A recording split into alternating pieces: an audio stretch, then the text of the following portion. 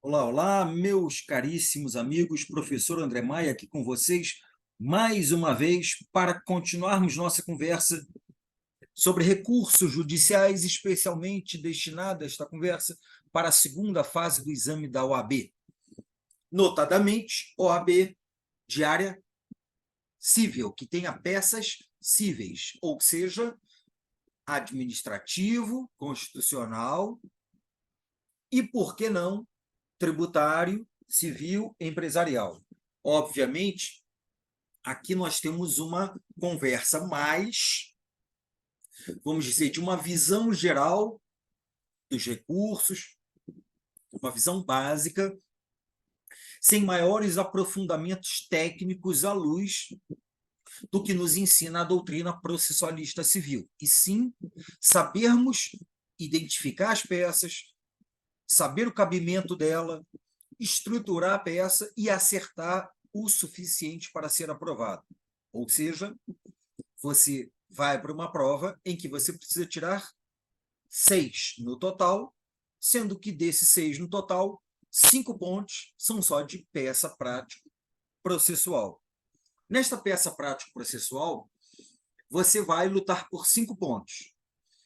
Nesses 5 pontos, vocês têm aproximadamente 1,5 ponto de estrutura, de parte formal, de 1,5 ponto até uns 2 de estrutura, parte formal, endereçamento, pedidos, fatos, preâmbulo, valor da causa, tutela de urgência, tutela provisória. Então, essas coisas de âmbito formal nas peças, elas têm sido pontuadas nessa faixa aí, de 1,5 em média, chegando a 2. O restante é conteúdo de direito material. Todos os demais 3 pontos, conteúdo de direito material. Mas você tem que acertar a peça, porque não adianta nada você fazer um direito material brilhante e errar a peça. Então, a essência deste trabalho é sabermos identificar a peça, fazermos o cabimento correto e montarmos estruturalmente a nossa peça. E por falar em estrutura da peça, vamos ver que os nossos recursos têm, aqui eu vou apresentar uma visão, uma forma minha de exposição, é um raciocínio, respeito e honro. Se você aprendeu de forma diferente com outro colega, certamente você aprendeu certo. É só uma maneira diferente que eu gosto de mostrar que o recurso nada mais é do que uma consequência do que você aprendeu na petição inicial. Vamos lá, vamos ver se você acompanha o meu raciocínio. No final das contas, vai dar tudo certo, seja pelo que você aprendeu com o seu professor, no seu curso, na sua faculdade, no seu livro, ou o que você está aprendendo aqui agora. Então, para quem já sabe estruturar um recurso, excelente, acompanhe o raciocínio. Para quem não sabe estruturar um recurso, a ideia aqui é fazer com que você consiga compreender a estrutura. Vamos lá. O recurso, como eu disse, vai ter sua origem na compreensão do que é a estrutura de uma petição inicial. Petição inicial básica, petição inicial básica, tem a seguinte estrutura. Como já conversamos em outros vídeos, a petição inicial básica tem a seguinte estrutura.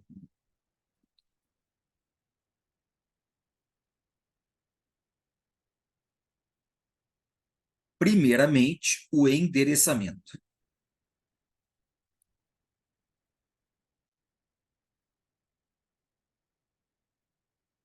Nós vamos nos dirigir a uma autoridade judiciária apresentando para ela o nosso pleito. A gente tem que se dirigir a uma autoridade. É como se a gente estivesse chegando em um lugar e cumprimentando a pessoa.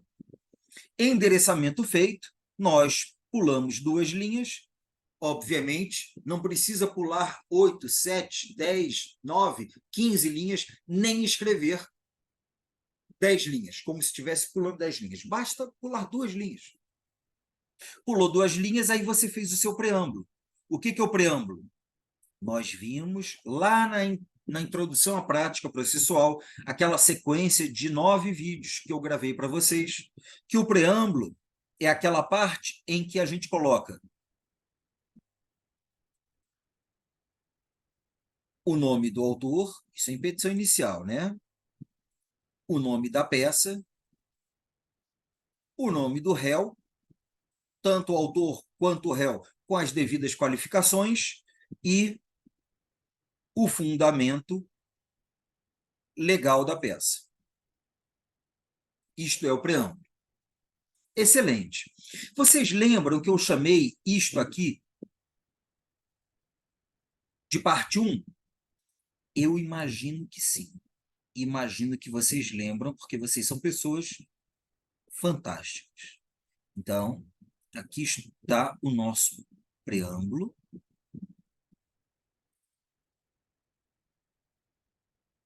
E eu chamei isto aqui de parte 1 da petição inicial.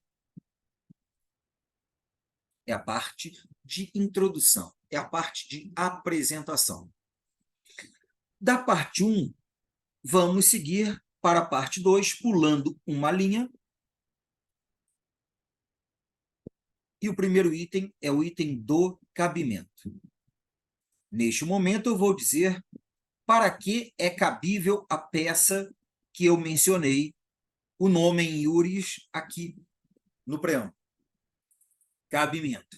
Vou falar também da tempestividade e, sempre que possível, tiver algum destaque, a gente fala também da legitimidade ativa, ou seja, das qualidades legais exigidas pela lei para que o nosso cliente possa ingressar com aquela ação, o que normalmente acontece na ação popular, acontece na ação civil pública.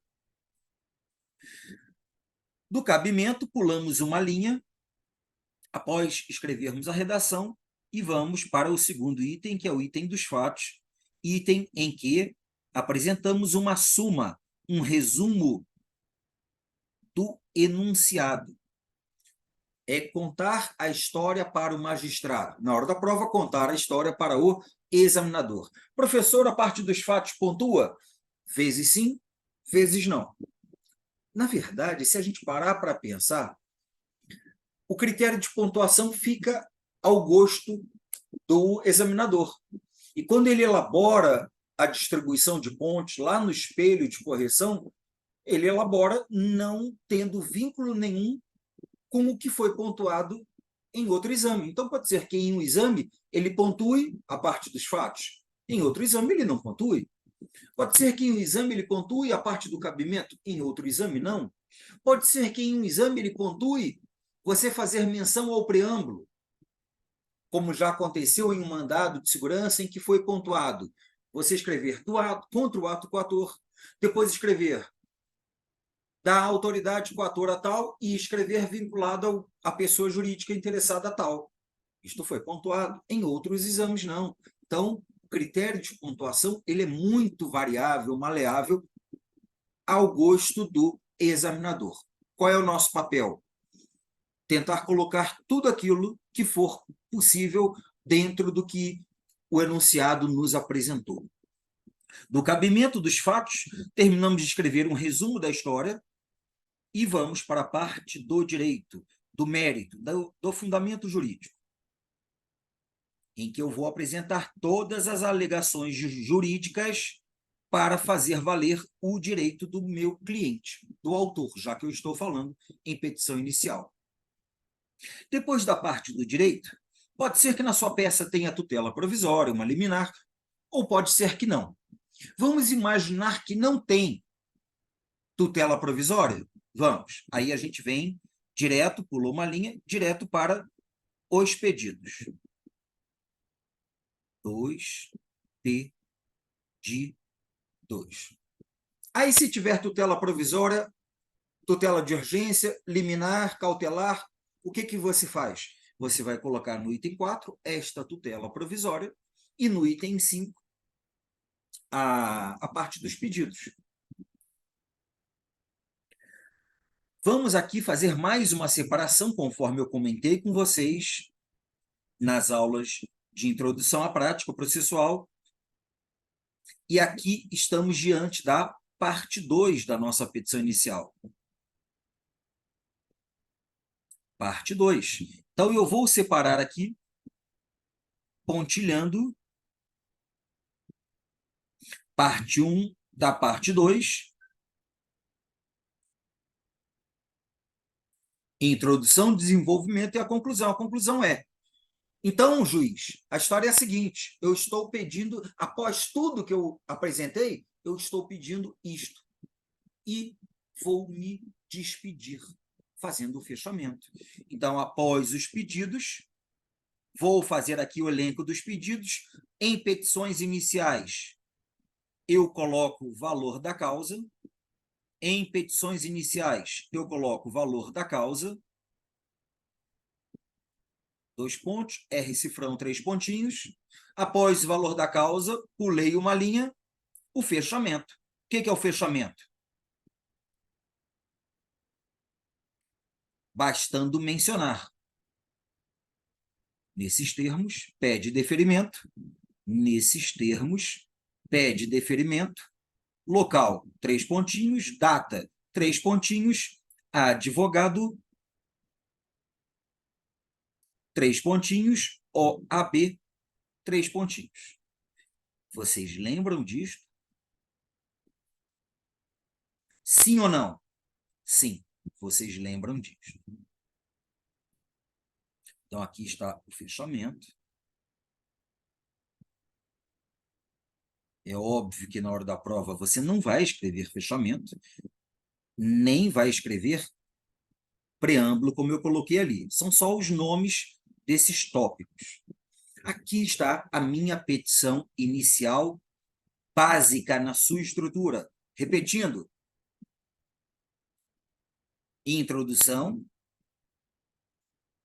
desenvolvimento e conclusão. Está lendo? Sim, está lendo. Você vai chegar a uma conclusão nesta peça. Qual é a conclusão? Óbvia. Quando eu peticiono, peticionar é pedir. Quando eu peticiono, pedindo, pleiteando algo a alguém, primeiramente, eu vou me dirigir a esta criatura. Quem quer que seja. Se for uma petição no âmbito judicial, ao magistrado. Se for uma petição no âmbito administrativo, à autoridade administrativa. Não é possível que você ainda não tenha visto uma petição no âmbito administrativo. Eu imagino que sim. Por exemplo, um parecer. Por exemplo, uma impugnação de edital. Por exemplo, uma defesa administrativa em PAD. Por exemplo, um pedido de revisão em PAD. Por exemplo, um recurso administrativo hierárquico, um pedido de reconsideração, um requerimento, uma representação. São diversas as petições que nós temos no âmbito do processo administrativo. Ainda assim, teremos que nos dirigir a uma autoridade que vai ler o meu pedido. Pedido feito a alguém, ao final de toda a minha peça, de toda a minha estrutura, eu tenho que me despedir. Tenho que finalizar colocando, pelo menos, data, local, data, advogado, OAB. Toda peça começa com um endereçamento e termina com um fechamento. De novo, toda peça começa com endereçamento e termina com fechamento. Repetindo, toda petição começa com endereçamento e termina com fechamento. Aí você vai perguntar, então, André, é sinal de que contestação, que também é uma petição de defesa, uma peça de defesa. A contestação também começa com endereçamento e termina com fechamento. Perfeito. Então vamos concluir que um recurso começa com endereçamento e termina com fechamento. Perfeito. Toda peça começa com endereçamento e termina com fechamento. Guardou a ideia? Começa com endereçamento e termina com fechamento. Guardou a ideia. Só que o recurso, tradicionalmente,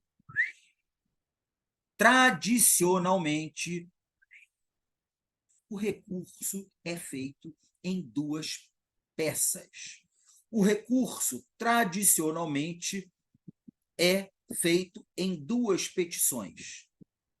Reparem o que eu vou fazer aqui.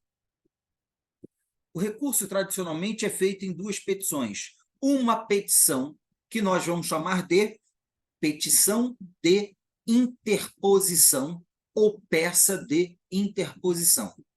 É como se fosse uma petição feita. E também haverá uma outra petição, que será a petição de razões recursais. Então, guarde isto que eu estou falando.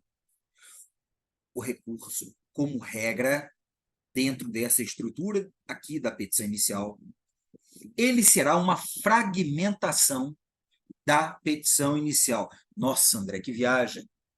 Pois é uma viagem que, no meu sentir, tem um caráter didático interessante para quem não tem a menor ideia de como fazer um recurso. Você sabe fazer petição inicial? Sabe, porque toda a preparação começa na petição inicial. A maioria disparada das peças são petições iniciais. Então, você sabe fazer uma petição inicial. O recurso é pegar esta petição inicial e separar em duas partes, em duas petições. Então, vai ser aqui, exatamente aqui, que você vai fazer a montagem do seu recurso. Porque o recurso, como eu disse, vai ter a sua petição ou peça de interposição. Petição de interposição. É como se fosse uma carta de apresentação para alguém, para depois você mandar efetivamente o que você quer. Petição de interposição, que é encaminhada para uma autoridade. E esta petição de interposição, como eu disse, saindo daqui da parte 1, ela vem, acompanhe o meu raciocínio. Ela vem, ver se cabe aqui na página, cabe, ela vem e se destacou, isso aqui é o destacado, ela vem e se reproduz aqui, ó, endereçamento. Eu endereçarei esta petição de interposição para uma autoridade, porque toda petição é endereçada a alguém. Endereçamento feito, eu vou pular as linhas e vou fazer o meu preâmbulo. Toda petição vai ter o preâmbulo.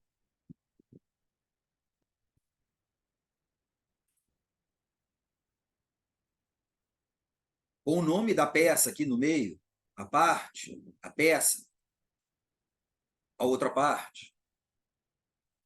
Preâmbulo feito.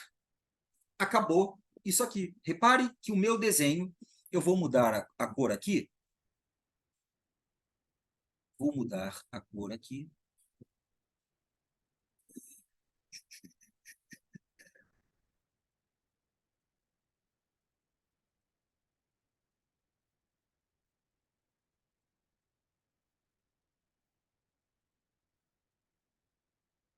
Para que a gente perceba que a parte 1 é que foi para lá,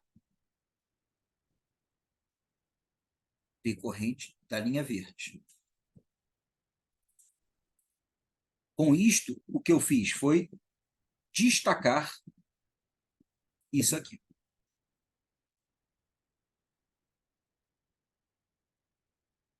Destaquei aquilo ali, a petição inicial, em duas petições. Repararam que eu separei parte 1 das partes 2 e 3? A parte 1 está aqui, neste desenho, que você está vendo aqui à direita. Esta é a parte 1. Só que, se a parte 1 virou uma peça autônoma, uma peça separada do restante, toda petição tem que ter endereçamento e fechamento. O que eu vou fazer aqui ao final? O devido fechamento. Porque, vou insistir, toda petição tem que ter endereçamento e fechamento. Então, fechamento.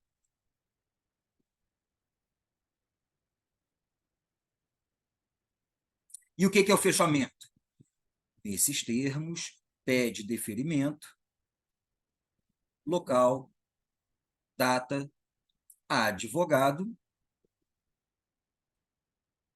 OAB. Nós vamos ver que alguma coisa vai aparecer aqui no meio. Mas a essência da petição está aqui. Petição de interposição. É como se você fizesse essa petição em uma folha. Aí você vai fazer uma outra petição em outra folha ou em outras folhas e vai grampear e entregar em juízo. Aqui vai nascer a nossa petição 2. Petição 2 não, a segunda parte da nossa peça recursal.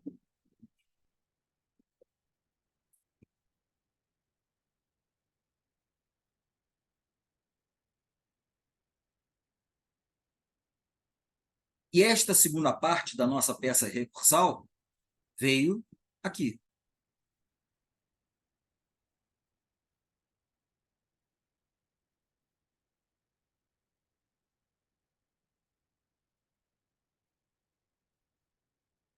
Exatamente do que sobrou desta separação que eu fiz, do verde para o laranja. Bom, o que eu vou trazer deste desenho aqui para o lado de cá? Tudo. Só que eu pergunto para vocês, antes de escrever aqui, do cabimento, porque se é para reproduzir esses tópicos do lado de cá, antes de escrever do cabimento, eu pergunto para vocês, esta nova criatura que apareceu é uma petição? É. E o nome dela é petição de razões recursais. Petição de razões recursais. É uma outra petição? É. É. E se é uma outra petição, pergunto novamente, toda petição tem que ter endereçamento? Toda petição tem que ter endereçamento? Tem. Logo, eu tenho que colocar um endereçamento aqui. Endereçamento. E, obviamente, se eu estou endereçando para outra pessoa, para outra autoridade, porque, regra geral, o endereçamento da petição de interposição é diferente, é para uma autoridade diferente da petição de razões. Esta é a regra. Esta é a regra. Regra, regra, regra. Então, eu tenho que endereçar para a nova autoridade e, inclusive, apresentar quem é que está aqui. Eu vou fazer um pequeno preâmbulo. Pulei a linha com um pequeno preâmbulo. Deixa eu pular essa linha aqui de forma mais evidente. Pulei uma linha ou duas, como queiram, e fiz um preâmbulo. Vocês vão ver que esse preâmbulo aqui é bem pequeno, bem vamos dizer, simbólico, mas é um preâmbulo, em que eu vou ter nome de alguém, nome do outro, inclusive um nome de peça, que o nome aqui vai ser razões recursáveis. Preâmbulo feito. Agora eu vou pegar precisamente tudo que está aqui e vou reproduzir do lado de lá. Então, pulei a linha, do cabimento. Também tem que fazer cabimento para recurso? Você vai fazer cabimento para todas as peças. Pulei a linha. 2, dos fatos. Poxa, tem que falar dos fatos em recurso também? Tem que fazer dos fatos em todas as peças. 3, do direito. Nossa, fundamentação jurídica, mérito aqui também, tem que fazer esta parte em todas as peças, até porque é a parte que mais pontua. 4, se tiver uma tutela de urgência, se tiver uma liminar, se tiver uma tutela provisória, já dando um spoiler aqui para vocês, se tiver um pedido de efeito suspensivo, eu já coloco aqui também. Se não tiver, a gente vem para o trivial. 4, 2 pedidos.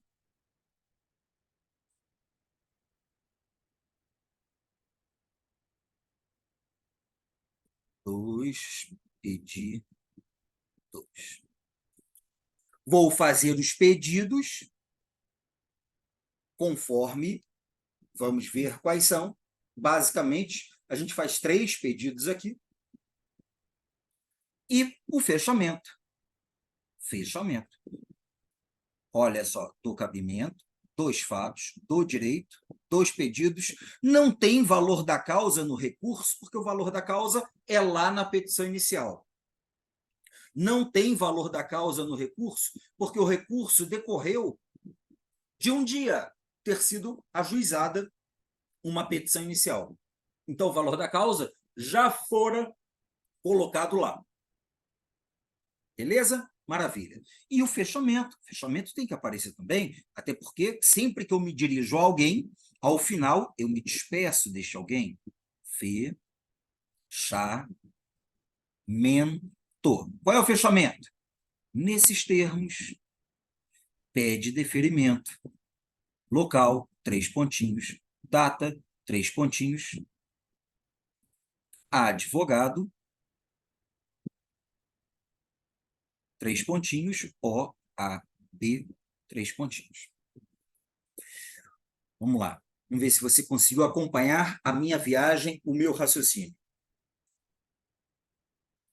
Olha para o desenho e pensa um pouco comigo. Eu vou fazer o que eu fiz aqui nas páginas seguintes em etapas, tá? Tenta acompanhar o meu raciocínio agora em etapas. Guarda este desenho e acompanhe o meu raciocínio em etapas. Vamos lá, tem que botar mais uma página aqui. Espera aí, vamos botar mais uma página.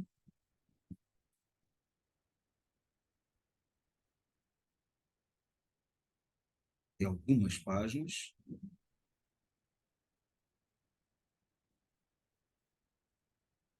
Se eu escrevi tanto assim, eu li um monte de página também. Enfim.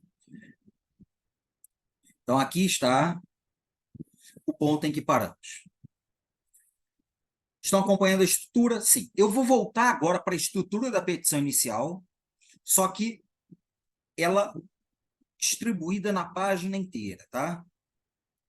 E aí vou separar com calma a nossa peça recursal. Então, vamos escrever aqui uma pequena regra.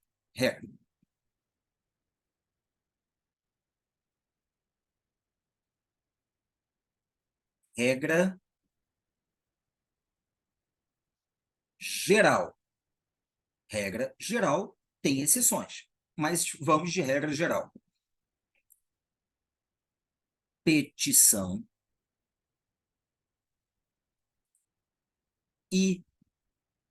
inicial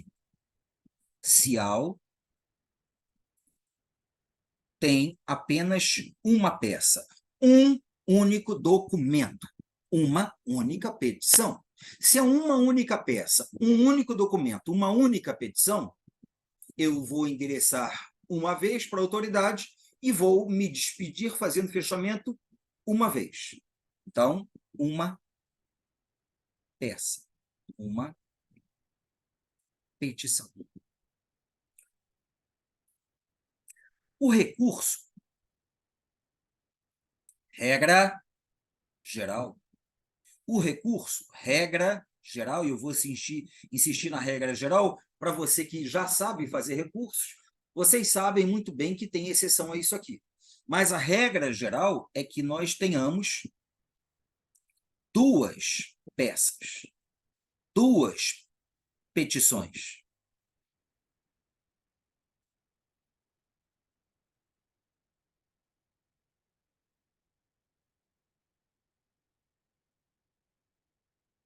Em que vai aparecer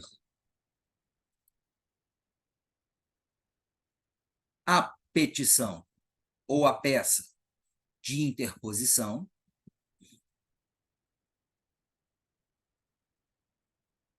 a petição ou a peça de interposição e a petição ou a peça de razões recursais. A petição ou peça de razões recursais. Então, esta aqui é a regra com a qual nós trabalhamos a elaboração de um recurso. Guardou isto? Guardou. Então, vamos para a petição inicial. A petição inicial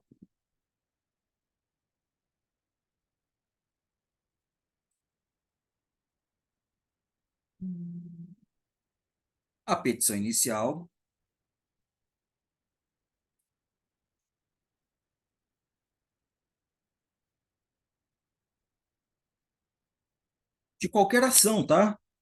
A petição inicial, seguindo aquela estrutura que você sabe fazer como ninguém,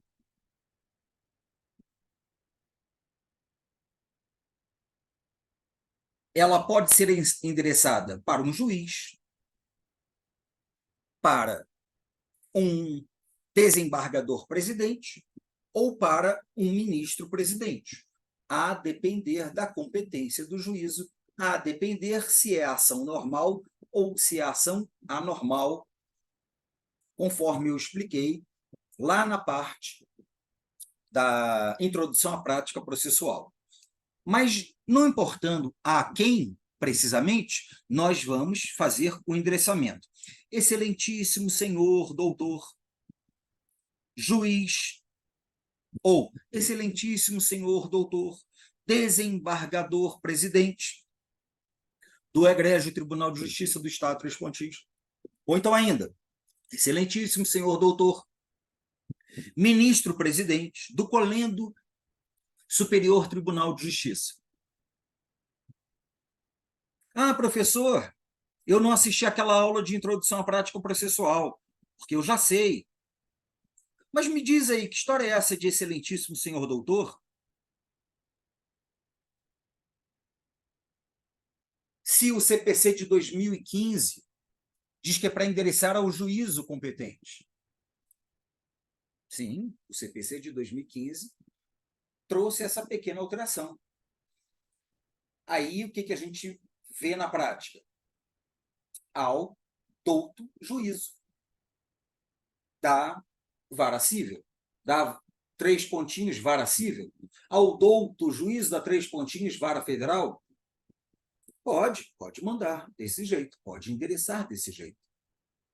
Mas se você está estudando para o exame da OAB e acompanha como a banca corrige as provas de todos os examinandos, a banca pontua o endereçamento de quem escreve excelentíssimo senhor doutor, juiz federal ou juiz de direito, dá três pontinhos, vara, da seção judiciária, subseção judiciária ou da comarca, a depender do caso. Excelentíssimo senhor doutor desembargador-presidente ou excelentíssimo senhor doutor ministro-presidente. A FGV pontua desse jeito ou do jeito que os moderninhos dizem que tem que endereçar agora. A própria doutrina processualista, olhando fazendo uma análise prática e fria do que traz o novo CPC, ela não exige uma mudança na forma de endereçar. Isso é uma interpretação que foi dada pela nova redação. Em termos práticos, para nós que peticionamos, se você endereçar para o excelentíssimo senhor doutor juiz federal, dá 3 pontinhos, vara federal da seção judiciária de algum lugar do estado tal, o juiz não vai receber a sua petição inicial? Não preciso nem terminar essa pergunta, né? É óbvio que ele vai receber. E na hora da prova, está certo também? É óbvio que está certo. Aí, se for em prova de procuradoria, é óbvio que está certo. Em momento algum, o CPC disse que está errado. E se você comprou, usa algum material, livro, óbvio, que trate de prática processual civil, você vai ver muitos livros falando de excelentíssimo senhor doutor tal. Não há erro nenhum nisso. Ah, mas eu ouvi falar. Muito bom. Siga o que você ouviu falar, porque também está certo. A gente só não pode aceitar a tese de que não se escreve mais assim, excelentíssimo senhor doutor. E só se escreve ao douto juízo. E esta afirmação é equivocada. Então, para a sua prova, endereçamento do jeito que o seu professor ensinou. Endereçamento feito, você pulou 2 linhas e fez o preâmbulo. Preâmbulo.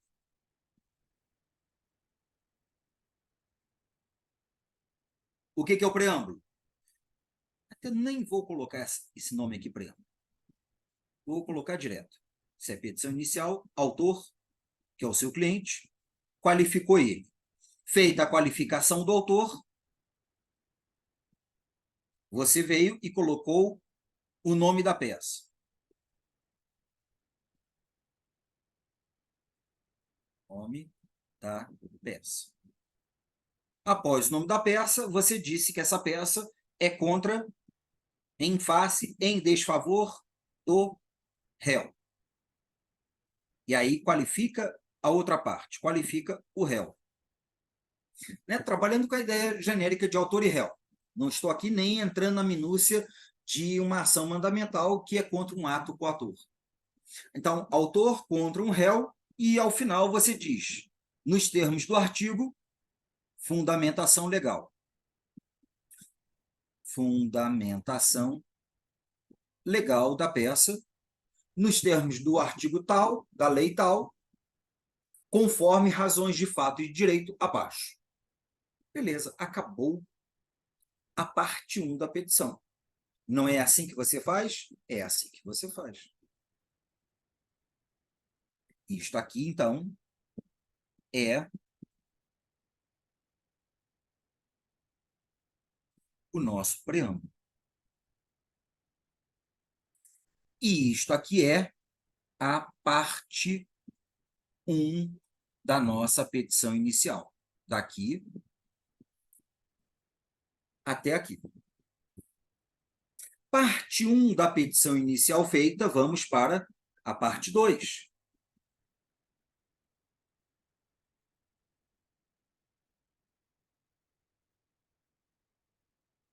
Vamos para a parte 2. O que é a parte 2? É a partir do cabimento. 1. Do cabimento. A presente ação é cabível nos termos do artigo do cabimento. Depois do cabimento, você acabou de escrever, pulou uma linha, 2 fatos. Resumo da história apresentada no enunciado, em ordem lógica e cronológica. Depois dos fatos, do direito.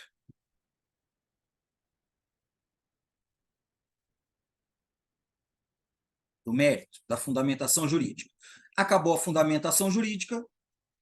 Se não tiver nenhum pedido específico como gratuidade de justiça, como uma tutela provisória, uma liminar, você vem para os pedidos.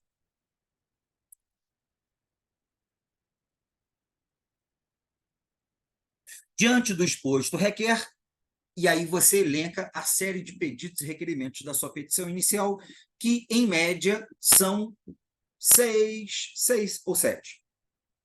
A depender da petição, em média, 6. Pedidos feitos, toda a petição inicial tem valor da causa. Você pulou uma linha, valor da causa. Ah, professor, eu preciso escrever. Dá-se a causa ao valor de... Não, não precisa escrever isso. Valor da causa. R cifrão, 3 pontinhos. Pulou uma linha, o nosso fechamento, que significa, nesses termos, pede deferimento.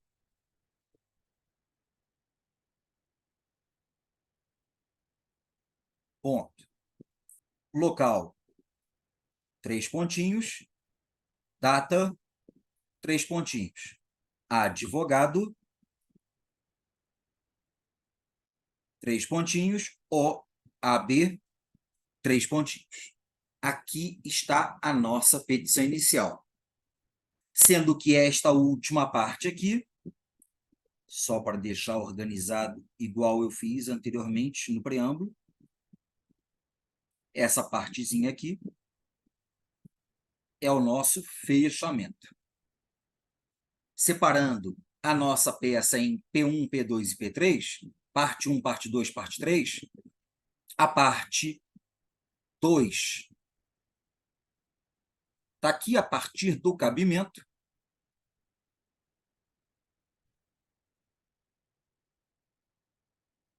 até o final do direito. E a parte 3, que é a parte de encerramento, de conclusão, é dos pedidos em diante, até o final. Aqui está a nossa petição inicial. O que eu faço a partir disto aqui? Acompanhe o raciocínio comigo. Eu simplesmente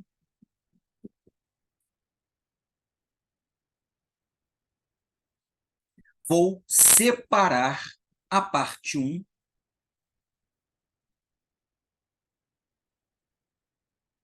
do restante da peça. Separo a parte 1 do restante da peça, e se eu separo um documento em 2, surgem 2 documentos. Que 2 documentos? A petição de interposição, que sai daqui, e a petição de razões, que sai daqui. Então, a partir deste círculo aqui, decorrente deste P1, surge para nós, deixa eu ampliar isso aqui,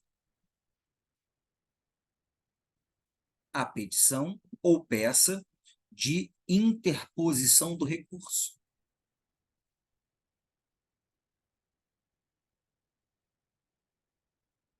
E a partir desta outra metade, ou desta outra parte, né, nós temos a petição de razões recursais. Petição de razões. Então, entenda por que eu coloquei aqui assim. A petição inicial, a exordial, tem um documento. O recurso tem 2 documentos. O recurso, 2 documentos que nós chamamos de petição de interposição e petição de razões. Na hora da prova, não vai aparecer este nome, petição de interposição. Na hora da prova, não vai aparecer este nome, petição de razões. Mas saibamos que existem estas 2 petições. Recurso, como regra, é isso aqui. Nasce disso aqui. Se você sabe fazer uma petição inicial, agora você sabe, no mínimo, a estrutura de um recurso. No mínimo, a estrutura de um recurso. Porque toda petição tem endereçamento e fechamento. Se agora eu tenho duas petições, cada uma delas tem que ter endereçamento e fechamento. Então, o que eu vou fazer ao final desta primeira peça? Vou colocar um fechamento aqui. E o que eu vou fazer no início desta segunda peça? Vou colocar um endereçamento aqui.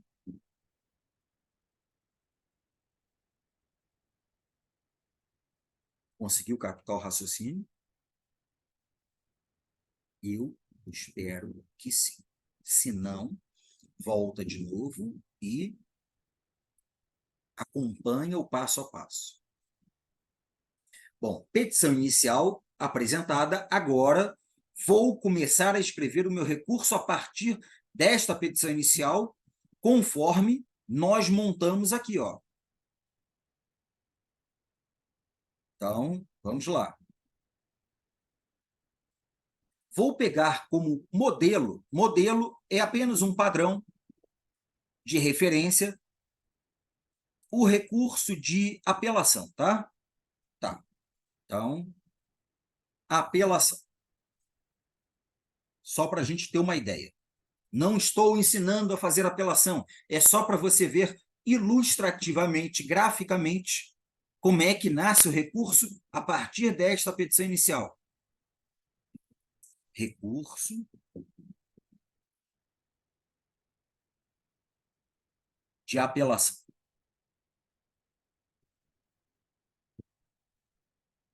Exemplo, óbvio, né? Mero exemplo. Bom, toda petição começa com um endereçamento.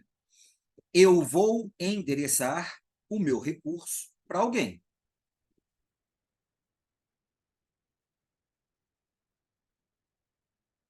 Excelentíssimo senhor doutor, juiz de direito, endereçamento.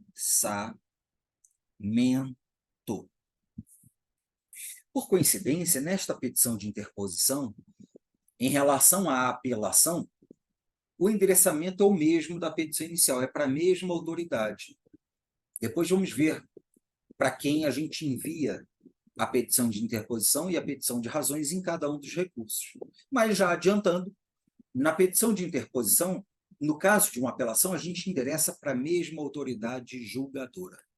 Se a gente vai recorrer de uma sentença proferida por ela, é para a mesma autoridade julgadora. Endereçamento feito,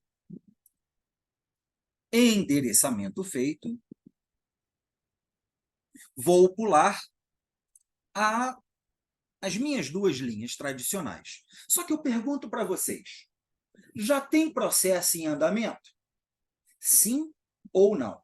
Repare, estou fazendo uma peça recursal. E ao fazer uma peça recursal, é porque eu estou me manifestando contra uma decisão judicial já proferida no processo. Então, tem processo em andamento? Sim, é lógico que tem. Neste caso, sempre que tivermos uma petição referindo-se a um processo que já está em andamento, isso vai acontecer nas peças de resposta do réu, peças de defesa e peças recursais. Sempre que eu apresentar uma peça dentro de um processo que está em andamento, eu vou me referir a este processo aqui. Então, vou colocar em vermelho um detalhe diferente do trivial. Autos, número. Porque todo processo, quando ele é distribuído em juízo, ele é autuado. Ser autuado significa ele vai ser colocado dentro de uma pasta, dentro dos famosos autos, e receberá um número. Número 10 milhões, não sei o que, quantos mil, barra 02. Então, autos número, o processo tem um número. Na hora da prova, a banca não vai dar o número do processo. Aí você coloca autos número 3 pontinhos. Pulou uma linha e vem e faz o preâmbulo do apelante, do recorrente, que é quem está entrando, está interpondo o recurso. Então, o nosso preâmbulo vai acontecer aqui. Repara só. Recorrente. Quem é o recorrente? É o seu cliente, ora. Se você está fazendo um recurso, o seu cliente é o recorrente. Não me importa agora se ele é o autor ou se ele é o réu lá na petição inicial. O seu cliente é o recorrente. E este recorrente vai ser devidamente qualificado. Ah, professor, eu vi que pode colocar já qualificado nos autos. Eu não colocaria já qualificado nos autos. Por quê? Porque no caso da apelação, por exemplo, e do recurso ordinário, que tem a mesma estrutura da apelação, a legislação impõe qualificação de recorrente e recorrido, qualificação de apelante e apelado, ordem da legislação. Então, colocar já qualificado nos autos em uma prova é muito errado, né? É muito errado. Então, recorrente, qualificação completa, vem perante Vossa Excelência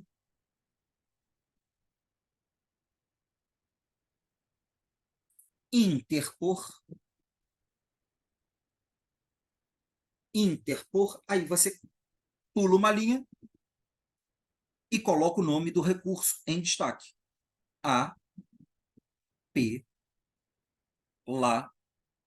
Apelação. Professor, eu posso colocar recurso de apelação? Pode, sem problema nenhum. Mas o nome do recurso é apelação. Basta colocar a apelação. Basta colocar o nome do recurso que está no CPC. Quais são os nomes? Apelação, agravo de instrumento, embargos de declaração, agravo interno, agravo em RESP, agravo em RE, embargos de divergência, recurso ordinário, recurso especial, recurso extraordinário. Exatamente o nome que está no Código de Processo Civil.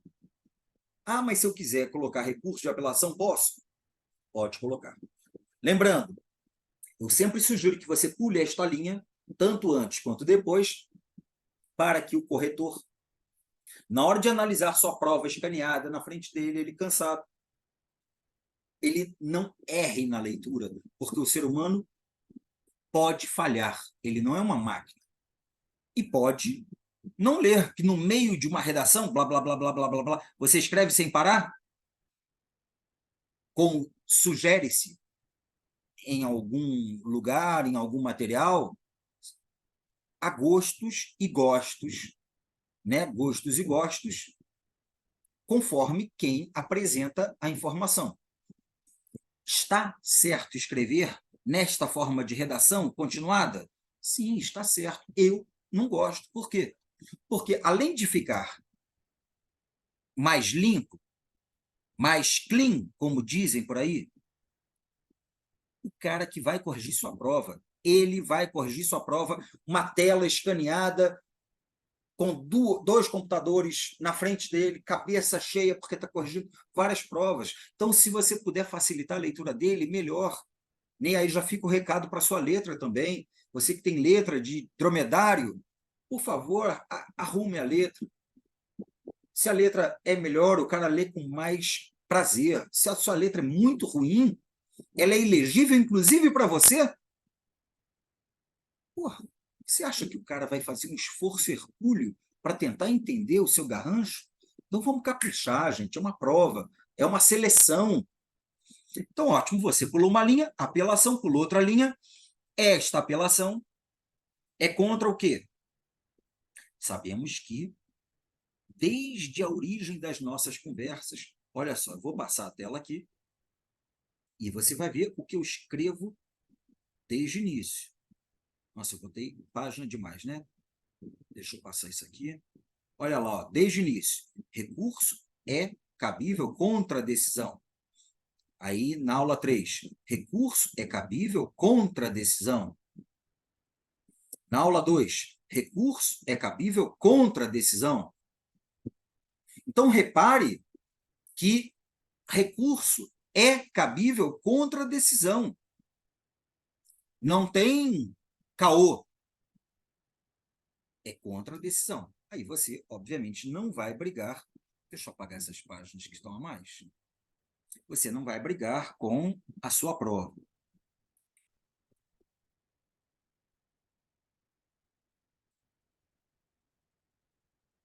Quantidade de páginas.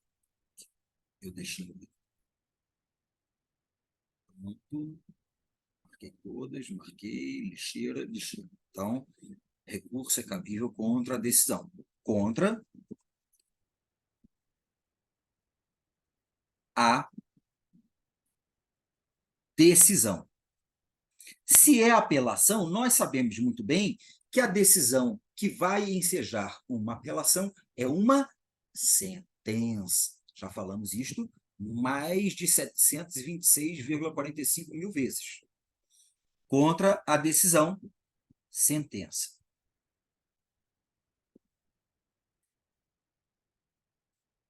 Proferida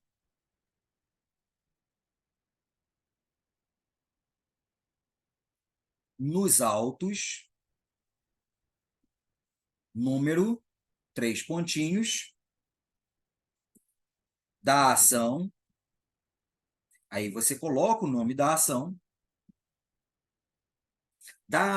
de indenização, da ação anulatória, da ação de cobrança, da ação de rescisão contratual, da ação popular, da ação civil pública. Então, o recorrente vem perante Vossa Excelência interpor apelação contra a decisão proferida nos autos, número da ação tal, que quem move? Ele, recorrente.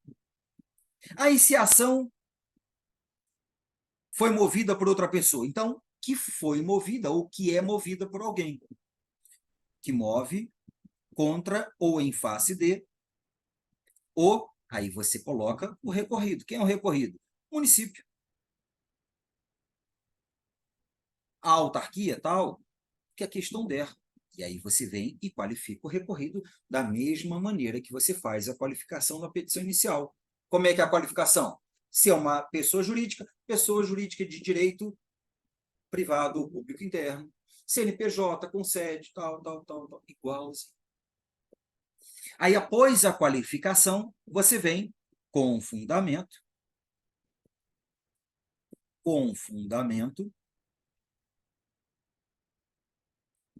nos artigos, a apelação é só consultar lá no CPC, nos artigos 1009 a 1014 do Código de Processo Civil, pelas razões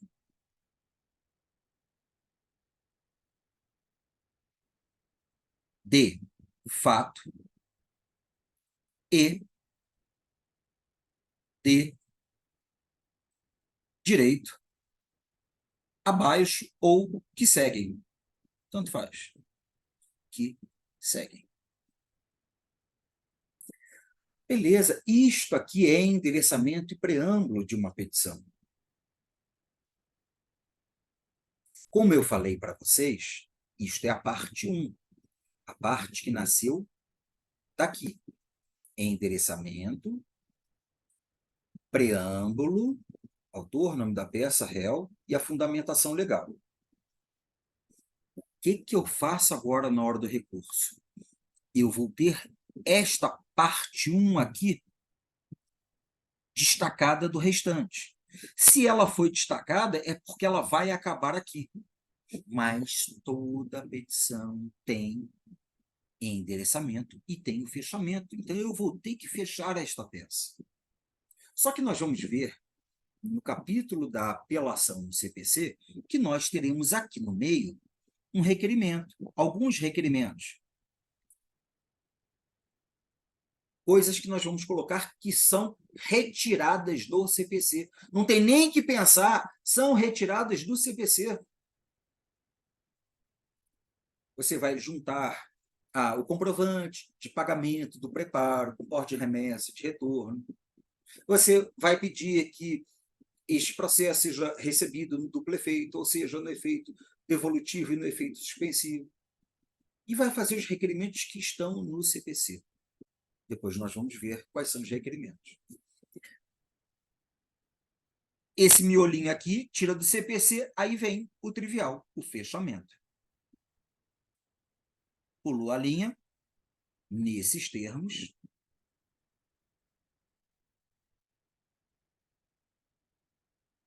Pede deferimento.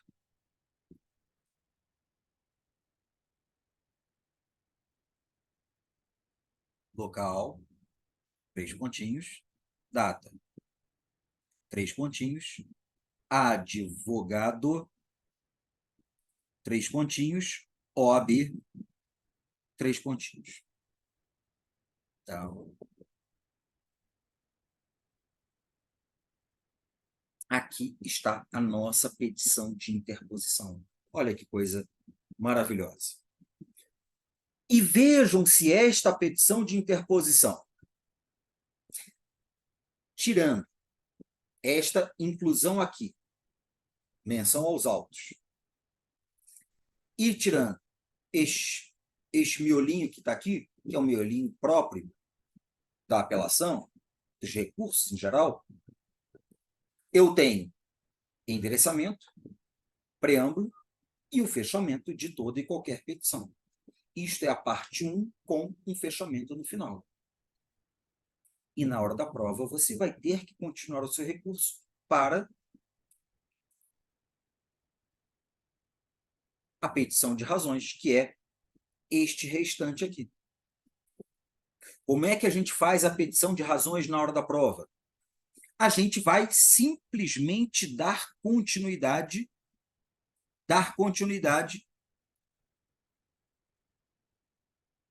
na folha de prova.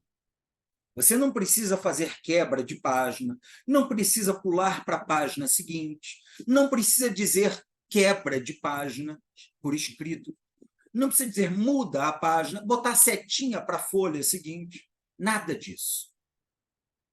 Basta você pular automaticamente. Chegou aqui, vamos entender que acabou a petição de interposição. Você automaticamente veio, continuando a sua folha de respostas lá na prova, você pulou 3 linhas. Por que 3 linhas? Porque eu inventei 3 linhas. Pode ser 2, 3, 5, quantas você quiser. Estou sugerindo 3 só para dar um espacinho. Preciso colocar os pontinhos aqui nas linhas? Não, nada de pontinho. Só pule 3 linhas e aí você automaticamente começa a petição de razões. Lembrando que toda petição começa com um endereçamento. Se eu estou começando a petição de razões aqui, eu vou fazer um endereçamento. Vocês me permitem prosseguir aqui? Tá? É como se você ignorasse esse restante aqui. Então, eu pulei as 3 linhas, coincidentemente mudamos de página, né? Mas na hora da prova isso não necessariamente vai acontecer. Então, estou mudando de página para que visualmente fique melhor. Então, endereçamento. Como é que eu faço o endereçamento na petição de razões? Endereçamento. Como é que eu faço endereçamento na petição de razões? Pode ser da mesma maneira que você fez na petição de interposição, pode ser. Lembrando que o endereçamento em uma peça de razões recursais é para uma autoridade judiciária de órgão superior ao da autoridade que proferiu a decisão. O endereçamento da petição de razões é para alguém hierarquicamente acima de quem proferiu a decisão recorrida. Então, no caso de uma apelação contra uma sentença de um juiz estadual, endereçamento: excelentíssimo senhor doutor, juiz de direito da terceira vara cível da comarca de Alfa, do estado Alfa. Se é um juiz de direito, ele está hierarquicamente na estrutura administrativa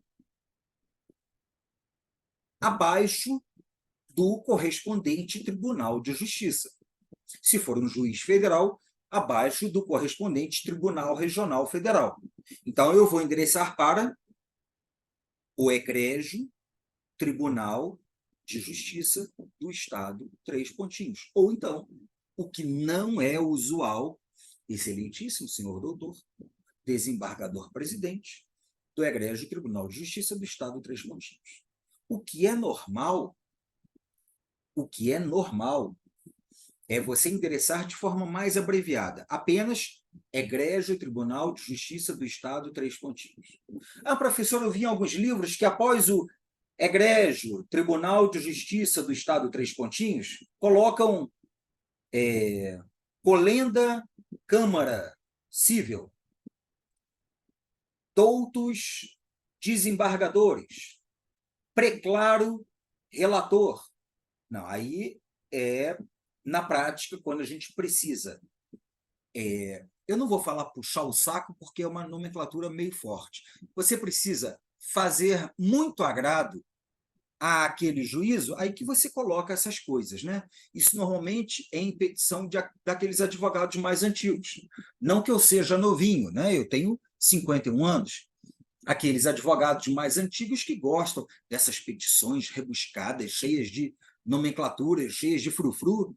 Então, basta mencionar excelentíssimo não, egrégio Tribunal de Justiça do Estado, três pontinhos. Basta mencionar isso.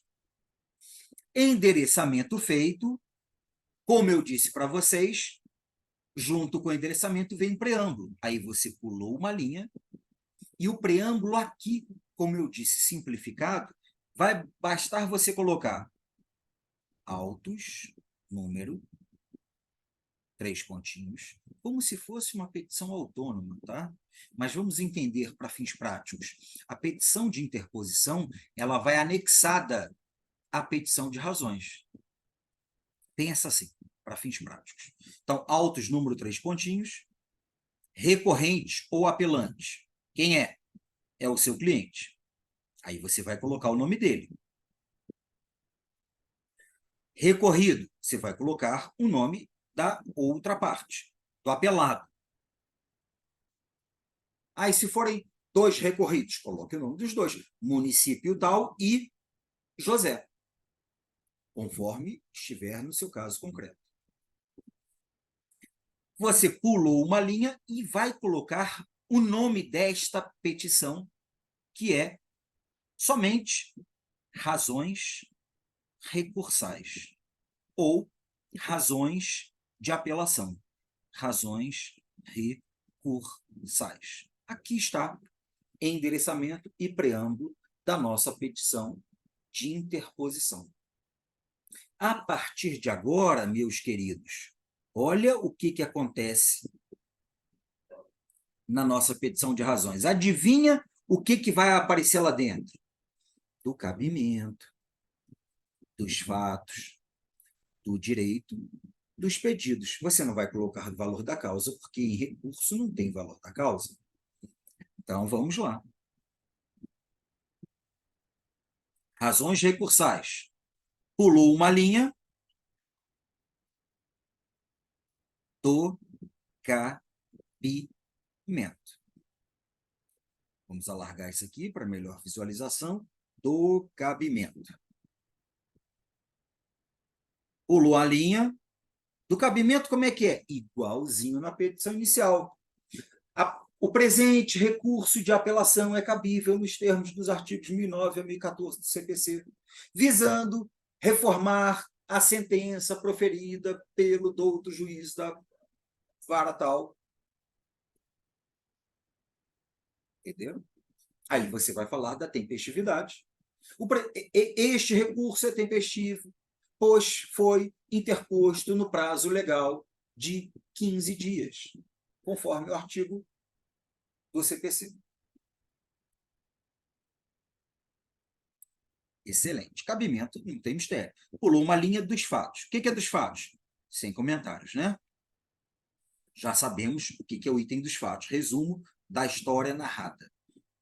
Depois da parte dos fatos, do direito, ou do mérito, ou da fundamentação jurídica. Eu chamo sempre do direito. Depois do direito, se não houver nenhuma tutela provisória, nenhum pedido de caráter liminar, no caso, a tutela provisória no âmbito recursal seria um pedido de efeito suspensivo. Não havendo isso, item 4, 2 pedidos.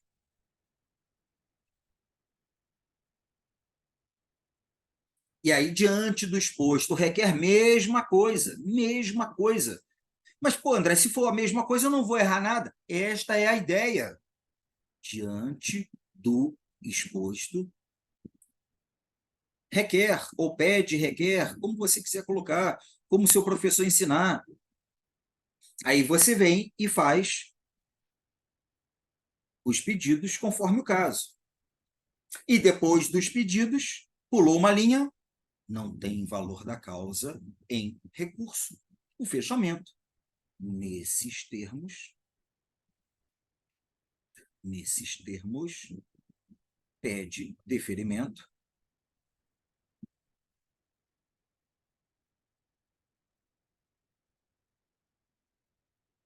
local, 3 pontinhos, data, 3 pontinhos, advogado, 3 pontinhos, OAB, 3 pontinhos. Acabou a sua peça recursal. Recurso em curtas e sintéticas palavras é isto aqui. Eu dei o exemplo de uma apelação, mas esse exemplo vai servir para os nossos recursos esperados. Recurso ordinário, recurso especial, recurso extraordinário, inclusive, apesar de uma dupla possibilidade, este modelo também cabe para o agravo de instrumento, que usualmente é feito em uma peça só, mas todos os professores, com toda clareza, dizem que pode ser interposto em 2 peças, da mesma maneira que a nossa banca FGV já aceitou e, na verdade, colocou como padrão de resposta, como espelho de correção, um agravo de instrumento em 2 peças, interposição e razões, no exame OAB-FGV 2010-3, que foi um agravo de instrumento em uma ação de improbidade administrativa. Então, o recurso é isto, meus amigos. Por favor, pause tudo, anote, ou então escute de novo, numa velocidade maior, para reforçar a ideia apresentada. Eu acredito que você não vai ter problema algum com esta interpretação, e é só uma mera interpretação, uma sugestão didática de aprendizado para montar um recurso. Ah, professor, eu não gosto desse jeito. Respeito e honro o jeito que você aprendeu e está certo, o jeito que o seu professor ensinou. Eu só estou trazendo esta forma, que é uma forma que me pareceu mais interessante para quem nunca viu a elaboração de uma peça recursal. Espero que tenha ajudado você a esclarecer, você que já conhecia, tinha alguma dúvida, ou a ensinar de fato e você conseguir aprender para você que nunca tinha visto e vai fazer a prova que se aproxima. Beleza? Aqui assim encerramos a nosso bate-papo, recursos judiciais, número 5. Espero ter sido claro, elucidativo, ter ajudado a vocês. e vamos conversando para mais detalhes recursais em próximos vídeos. Bons estudos, meus amigos. Até o próximo vídeo. Vamos juntos até a aprovação final.